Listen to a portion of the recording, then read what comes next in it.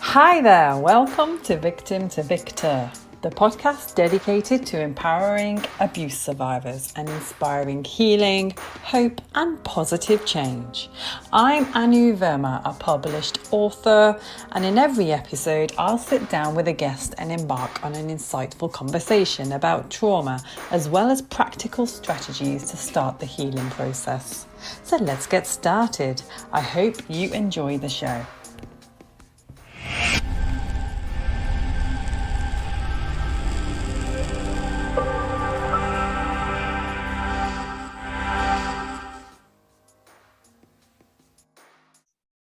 And welcome back, Dr. Sangeeta Sahi, all the way from India. How are you doing?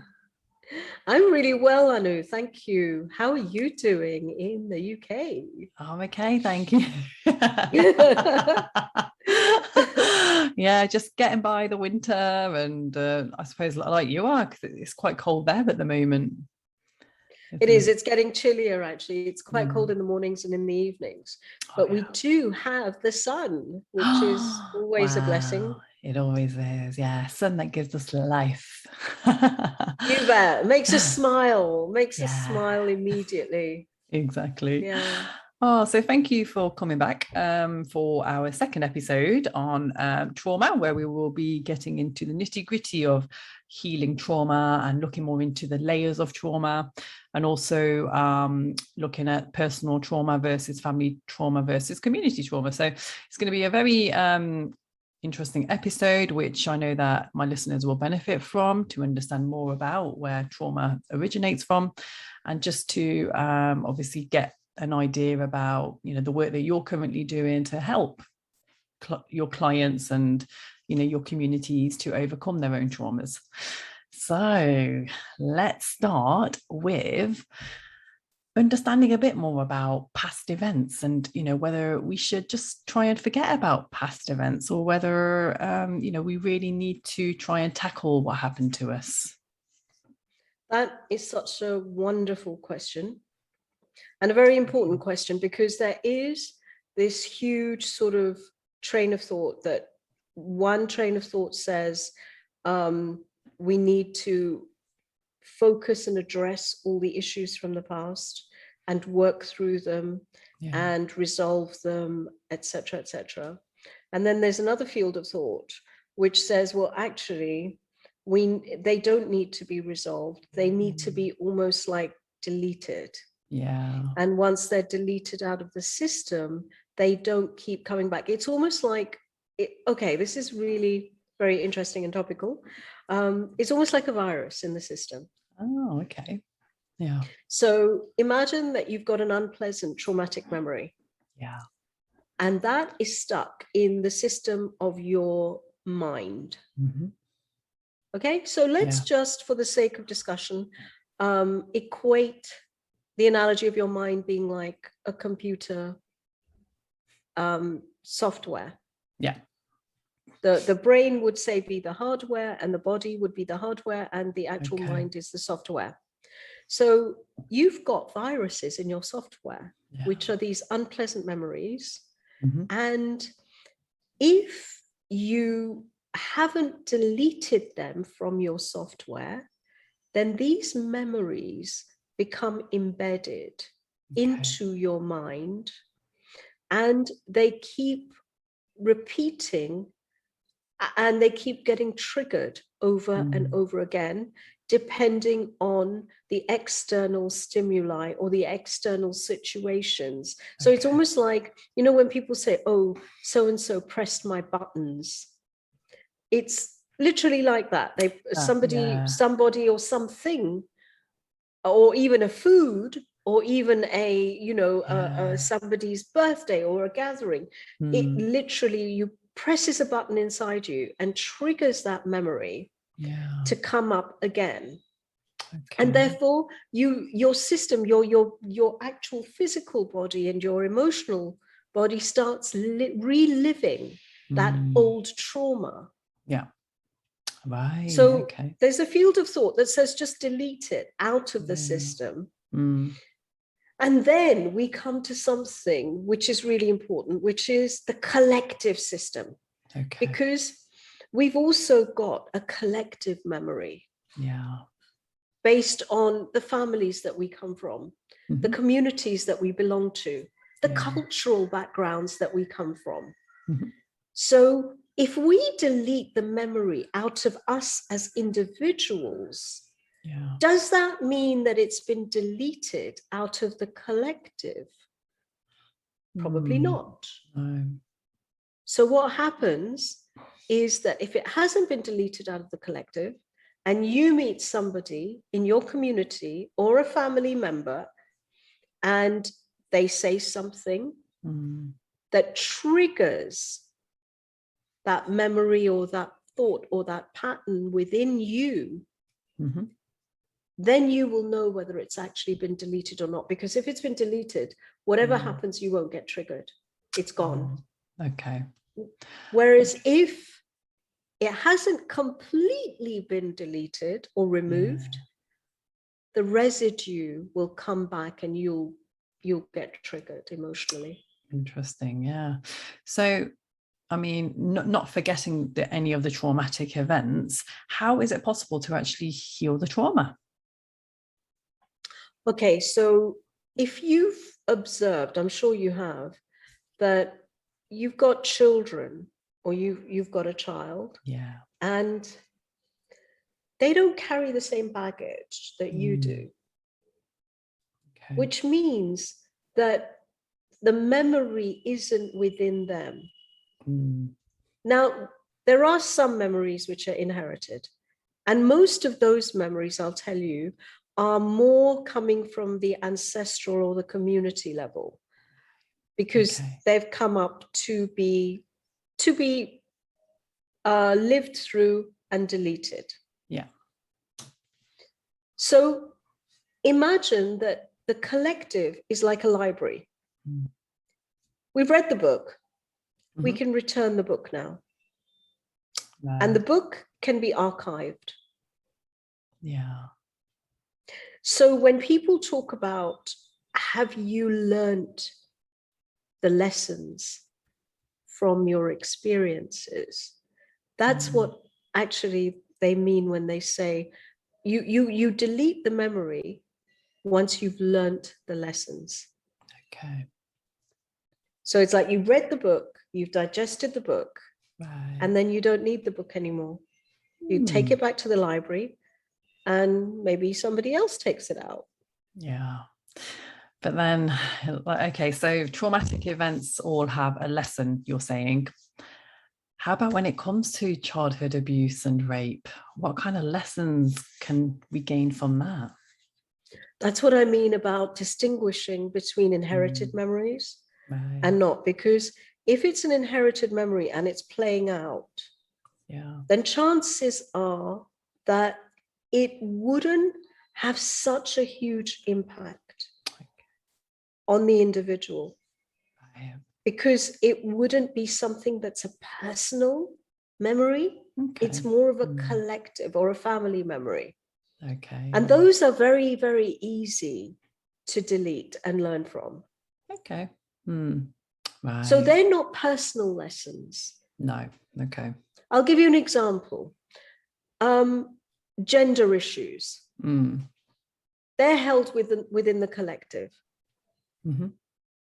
because they belong to many cultures. They do. Yeah, that's true. So gender trauma is not personal. Yes, it's lived out personally, but it's both. It's personal and collective. Okay. That makes sense. Yeah. And I guess that kind of takes us to the next topic of, the differences between personal trauma and family trauma and community trauma. Actually, we've kind of covered that. Personal trauma is something, obviously, that will trigger the individual. Okay. And that can be something that you really need to learn from individually.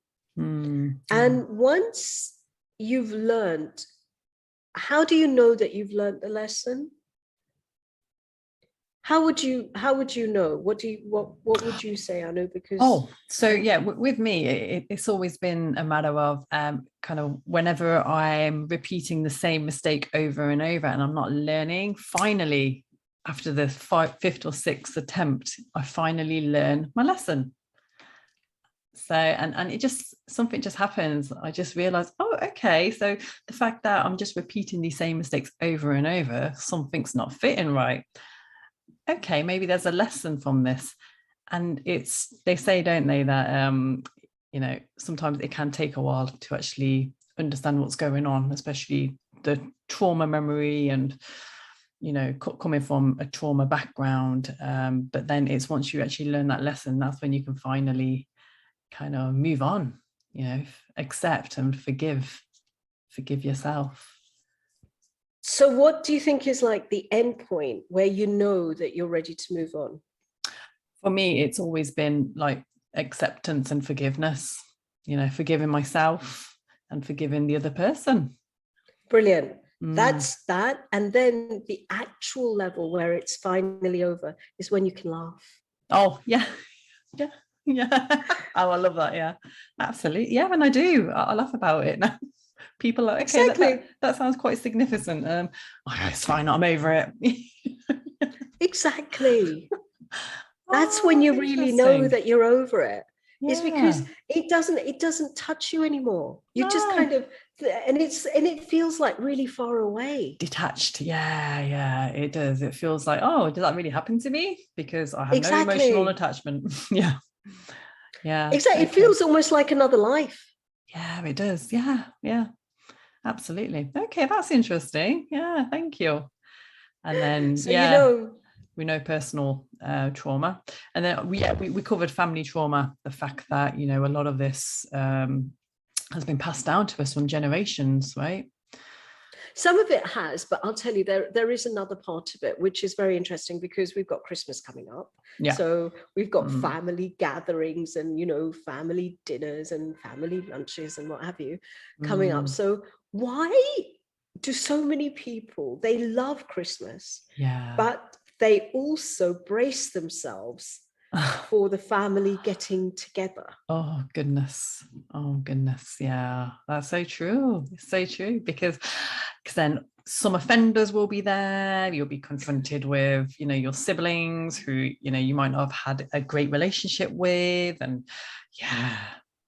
I guess exactly, that's interesting. So that, I mean, it's a recognized fact that your family, your direct biological family, are the ones that really press your buttons the most. Yeah, it's true. Because they're biologically connected to you. You can't get rid of them. Yeah, it's so true, and it's strange, but he doesn't even know this yet, but my brother's been one of my greatest lessons, and even till this day, some of his actions and things that he says, I'm constantly reflecting on it, learning from it, and I kind of create my own belief system around it as well. So yeah, I guess I need to tell him that. Thank you. In fact, that he's my greatest teacher.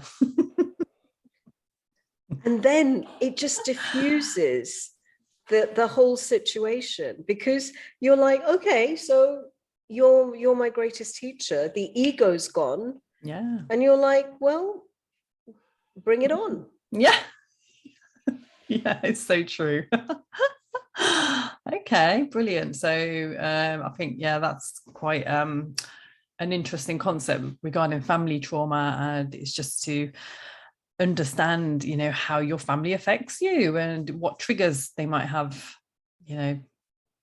Okay, so the other way to also approach this is to not take it personally. Okay. So instead of making it about you, it's more about the situation rather than you personally. So there may be some things, because generally our triggers are related to some sort of judgment and criticism, right? Yeah. Generally speaking. So either people point something out and kind of poke you and, end up going on and on and on. And you're like, well, you feel like you're being judged. Yeah, we do. You feel like you're being criticized. So if we actually switch off within us, that switch of being criticized or judged, Okay. then automatically that very direct personal level, it loses its power. Okay. Yeah. And then what happens is, because it's not personal anymore, or not as personal, we can actually see it more clearly and more objectively rather than subjectively. Yeah, because I think we're so easily offended, aren't we? Yes. And I think, honestly, because of whatever's happened in the last couple of years with this pandemic, I think all of us are becoming more and more sensitive too. Okay. Yeah. I've definitely been hearing a lot more from my students, from my clients, from my patients, that they are really, they're feeling far more vulnerable. They're feeling like, they just burst into tears at the drop of a hat. And they feel just more sensitive, and they either feel like they just want to disconnect and unplug, or they feel like, they feel emotional, so emotional, just vulnerable. So I think we have to remember that we've been through quite a lot. Yeah, we have. In the last couple of years. And I think we just need to step back and take a breath and just be in a state of gratitude. Yeah. But gratitude not just to those outside of us, but gratitude to ourselves. Absolutely. That, oh my God, look, I've come through. I'm still here. Yeah. And I'm still in one piece. Absolutely. Yeah. Absolutely. And so how about community trauma?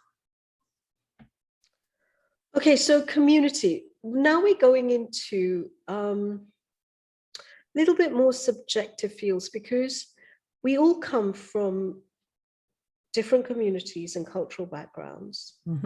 And then many of us also come from mixed communities and mixed cultural backgrounds now, more than ever before. Okay, yeah.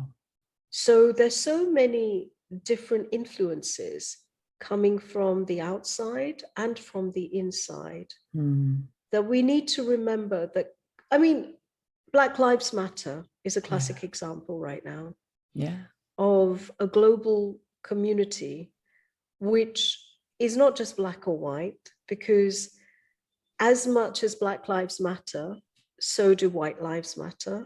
So does every life matter. Yeah. And that becomes like whole collective then. It's not just, it starts as a community, but it becomes a whole collective, because if you look at even the Black Lives Matter movement, there's so many different communities and cultural backgrounds within that. Yeah, there is. Yeah, exactly. The African diaspora, the Caribbean diaspora, the all sorts, the Aboriginal diaspora, there's so many different subcultures within that. And so it's not black and white, is what I'm trying to say. Okay. Yeah. And I don't think, that's why I agree, or I go more towards the field of thought that says, hey, let's delete the memory. Because to address it and resolve it completely, you're going to go down the rabbit hole. Because there's so many bits of it. Yeah, there is. So what the spiritual traditions and the wisdom teachings from all over say, just be in joy. Be in the moment. In the moment, be in joy, laugh, smile. Even if you're going through the worst. Right. Because that emotion and frequency of joy and bliss and all of those things will start to clear those traumas and their effects naturally anyway. That's so interesting. Yeah. I mean, there's a saying, fake it until you make it, which I know is created a lot of debate, because a lot of people say, no, we shouldn't be faking it. We need to be authentic, and we need to confront what's happened to us. And, you know, if somebody asks us, are we okay? We have to say, no, if we're not. So yeah, there's a lot of hype, isn't there, about, you know, whether we do be authentic and, you know, show our emotions continuously about how low we're feeling, or whether we try and just find joy in the littlest things. I've got a question. Yeah. For you and your listeners, Anu. Fire away. That is, why is it that being authentic is always related to being complaining and, you know, being like, oh, you know, I've got to show what I'm feeling, and I'm feeling negative, and I'm feeling this and that. You know, why can being authentic not be also related to feeling fabulous, for feeling happy? Yeah, it's true. For feeling joyful. I mean, when you look at a child, or when you're with children, their natural state of being is not to be stroppy and miserable. It's not, no. And whining and complaining all the time. Oh goodness, no! Imagine that. Ugh, be chaos. No, their natural. I don't think there'd be many parents. No, their natural state is happiness, right? Exactly. They're just in that state of just play and just, you know, okay, in the flow. Yes, in the flow. Yes. Okay. So, okay. Yeah, absolutely. Yeah. So why does authenticity have to mean like depressed? Let it be happy. Always, and always like dirty linen. Why does it always have to be like that? Yeah, it's true. It's true. Yeah, absolutely. Okay, that's a question for my listeners. What does authenticity mean to you, my friends? That's a good question. Yeah. Just wanted to obviously talk about the implications of, you know, being a woman in an Asian background, living in Britain, because you were born in India, right? And you were raised in the UK?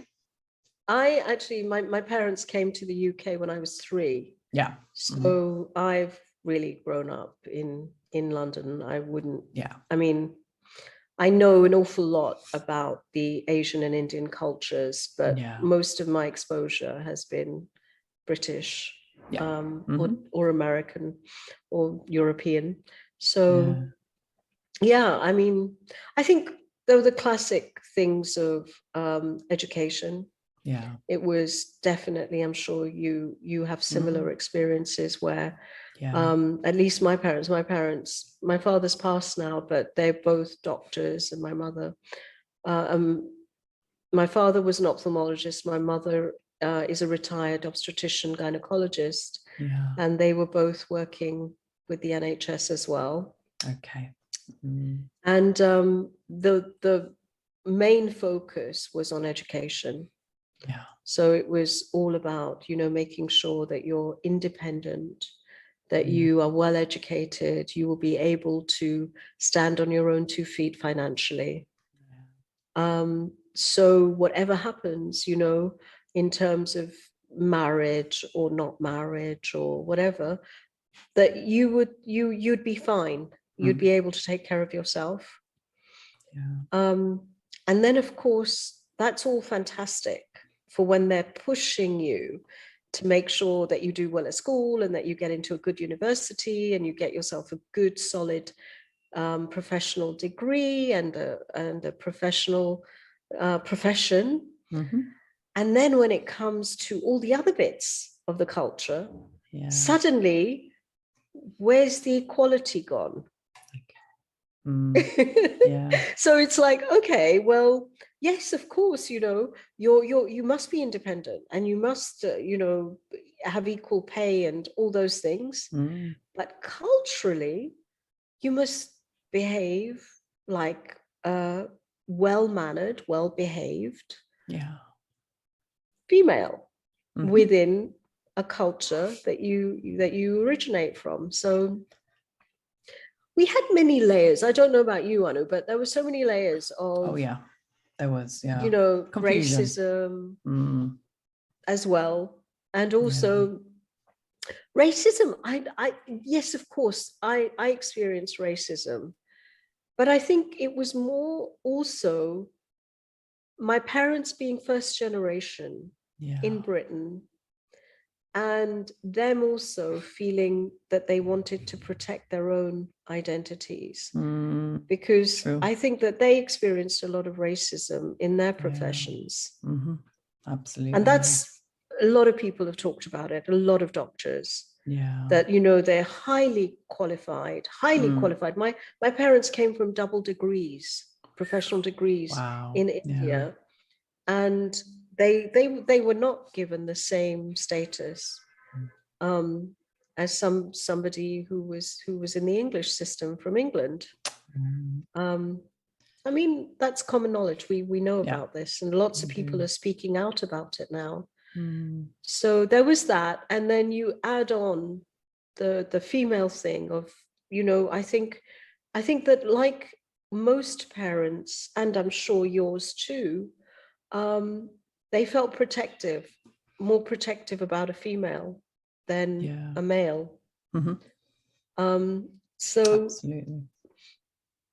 So there was that. But I think the trauma of being a female coming from an Asian culture, I didn't experience it too much professionally, but I do know many women who have come from very traditional and orthodox backgrounds, especially religious orthodox backgrounds.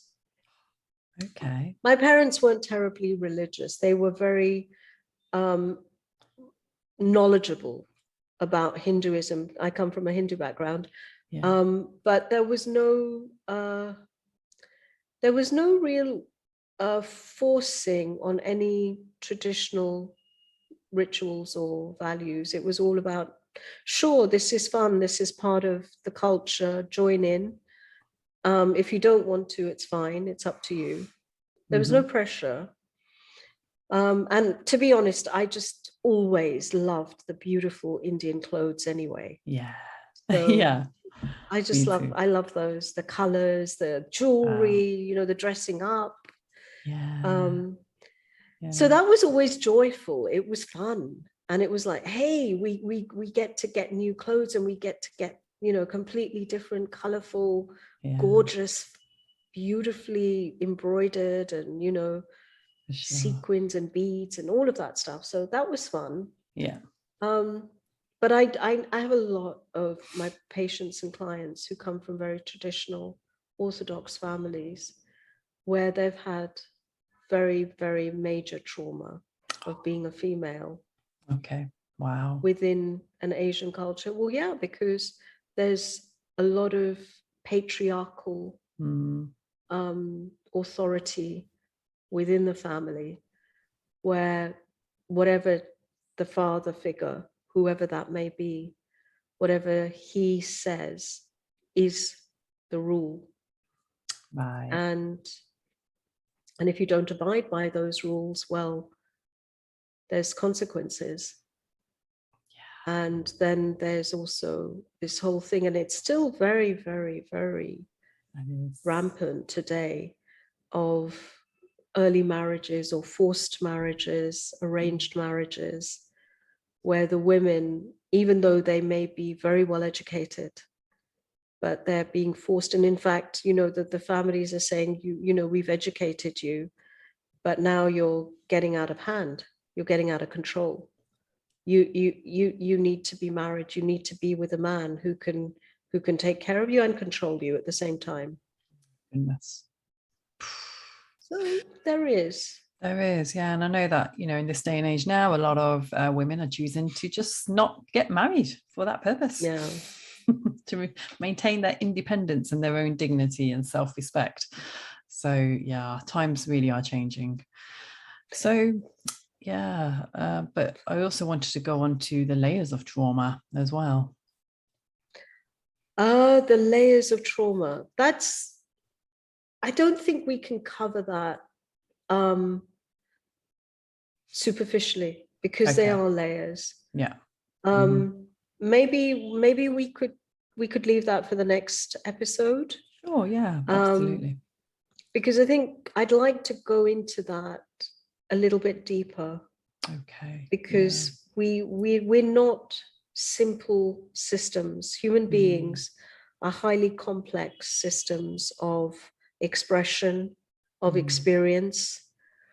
And the way that trauma plays out is actually to push for wholeness within our system. So it's not about resolution and being free. No. It's actually much more about balance and harmony. Okay. Yeah. And getting the system to work together as a whole. Right. Yeah. Okay. And I think it links in quite nicely to planetary trauma. Yeah. And as well. But with the wholeness aspect, sometimes in certain instances, you need to separate from that which is constantly triggering the trauma in order to come back to it at a certain point and feel whole again. So there are many examples that we know of people that need to leave their families, need to separate, whether it's separate from their parents or separate from their children or from siblings or from their spouses, and work on themselves or go have different experiences and discover more about themselves.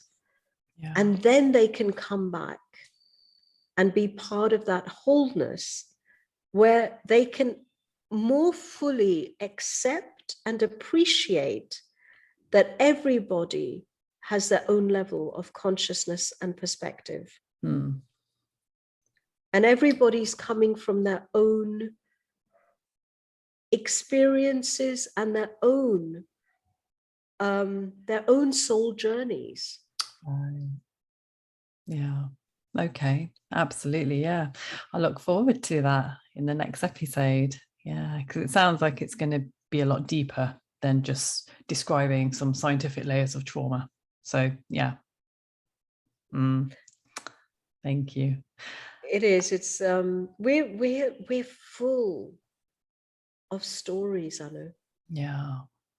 We're just absolutely full. Human beings and the planet is just full of stories. And these stories have created emotions and emotional responses. And some of these stories are real. Some of these stories have been fed to us over generations. And they've become real, even though they may not be real at all. Yeah. So therefore, for the mind cannot differentiate between something that is real and something that has just been constantly repeated over and over again. That becomes real. Yeah, it does. Yeah. That's how advertising works. Yeah, so true. So you had your you've started your unified human foundation meditations this week. So tell us about that. Oh, that was a beautiful experience. We had our first meditation session, unifying nature, yesterday, actually. Yesterday. It was Wednesday for the US, and it was Thursday for me in India. It was beautiful. I would really, really recommend your listeners. We've got the recording. You have the recording with you, so it would be wonderful if you could share that with your listeners. And we went into a whole beautiful flow of connecting with the air, Yeah. with water, and with ourselves, actually, on a more kind of deeper level, Yeah. as well as being able to experience the interconnectedness of ourselves and of nature, and also allow nature to work its magic on us. That's beautiful. Yeah. Because we forget. We do. We forget. Yeah. We do forget. I think we just get so wrapped up and stuck in our own head, and I say head rather than the heart, because it's survival, you know, it's just trying to get through the day a lot of the times, that we just forget about the universe and we forget about nature, and just, you know, how important it is to go in and to actually get that relationship back with your heart and your soul. And I think, you know, there's just there is one thing I'd like to say here, which I think your listeners would definitely appreciate. Well, everyone would appreciate. We're timeless beings. Yeah. And we can only experience that timelessness through our hearts, not through our heads. So we've kind of made ourselves more programmed into time. And we've lost that connection to the timelessness, which is actually what allows us to feel joy. And nature connects us back to the timelessness parts of ourselves. Okay. So it allows us to get back into the flow of life. Yeah. Okay. Rather than the superficially constructed, you know, structures of time. Yeah. Boxes. Exactly. Yeah. I was thinking about, like, you know, we do live in a box life. Everything's, you know, a box, like our houses, the TV, our cars, and our days and our nights. Yeah, just exactly. It's crazy. Wow. But yeah, I think your meditation will benefit my listeners tremendously. I mean, will you upload it on YouTube? I'm just trying to think. We are actually, we're just in discussion of how we're going to do that technically. Okay, brilliant. And then there's another, the next episode, the next meditation is on the 29th of December. Right. Okay. Which is again a Wednesday, and it's the same time. And I will be obviously sending that link to you, and you can maybe share it with your listeners too. And the series is complementary.